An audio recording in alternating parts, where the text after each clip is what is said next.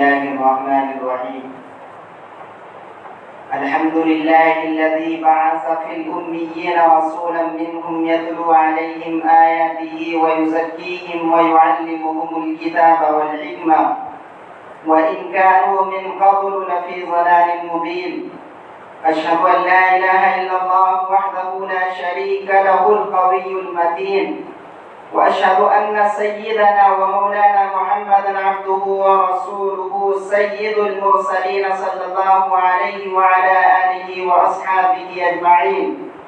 أما بعد، فيا معشر المسلمين، اعلموا أن الله تعالى فصل لنا أصول الدين في كتابه المبين، وكمل لنا الفروع بلسان رسوله الصادق الأمين، واستنبط لنا الجزئيات منهما أربعة من المجتهدين، فتمام الدين كتاب الله وسنة رسوله، وما استخرج منهما بالفقه المتين، وما يرى فيكم غيرها بدعات مخترعات وهي من أعظم السيئات. وقال رسول الله صلى الله عليه وسلم: ما أحدث قوم بدعة إلا رفع مثلها من السنة، فتمسك بسنة خير من إحداث بدعة. وقال عليه الصلاة والسلام: أوصيكم بتقوى الله والسمع والطاعة وإن كان عبدا حبشيا، فإنه من يعش منكم فسيرى اختلافا كثيرا، فعليكم بسنتي وسنة الخلفاء الراشدين المهديين، تمسكوا بها وعضوا عليها بالنواجذ، وإياكم ومحدثات الأمور، فإن كل محدثة بدعة وكل بدعة ضلالة. أعوذ بالله من الشيطان الرجيم. ما آتاكم الرسول فخذوه وما نهاكم عنه فانتهوا، واتقوا الله إن الله شديد العقاب. بارك الله لنا ولكم في القرآن العظيم، ونفعنا وإياكم بالآيات والذكر الحكيم، إنه تعالى جواد كريم مليم بر رؤوف رحيم.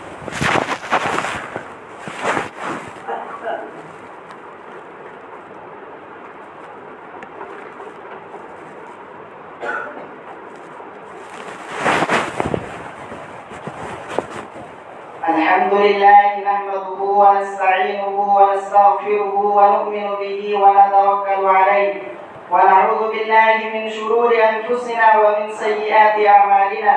من يهده الله فلا مضل له، ومن يضلله فلا هادي له، ونشهد أن لا إله إلا الله وحده لا شريك له، ونشهد أن سيدنا ومولانا محمدا عبده ورسوله الذي أرسل بالحق بشيرا ونذيرا. إن الله وملائكته يصلون على النبي، يا أيها الذين آمنوا صلوا عليه وسلموا تسليما. اللهم صل وسلم وبارك على سيدنا محمد وعلى آله وأصحابه وأتباعه وأزواجه وذرياته. قال النبي صلى الله عليه وسلم: أرحم أمتي بأمتي أبو بكر، وأشدهم في أمر الله عمر، وأصدقهم حياء عثمان، وأقضاهم علي، وفاطمة سيدة نساء أهل الجنة، والحسن والحسين سيدا شباب أهل الجنة، وحمزة أسد الله وأسد رسوله. اللهم اغفر للعباس وولده مغفرة ظاهرة وباطنة لا تغادر ذنبا.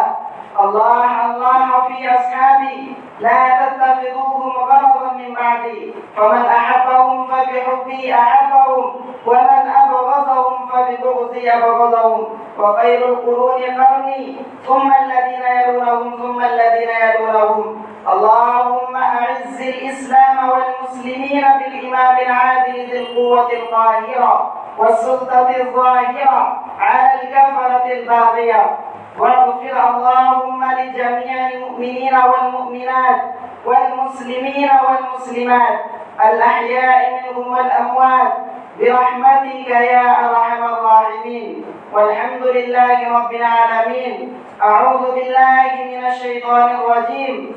إن الله يأمر بالعدل والإحسان وإيتاء ذي القربى وينهى عن الفحشاء والمنكر والبغي يعظكم لعلكم تذكرون.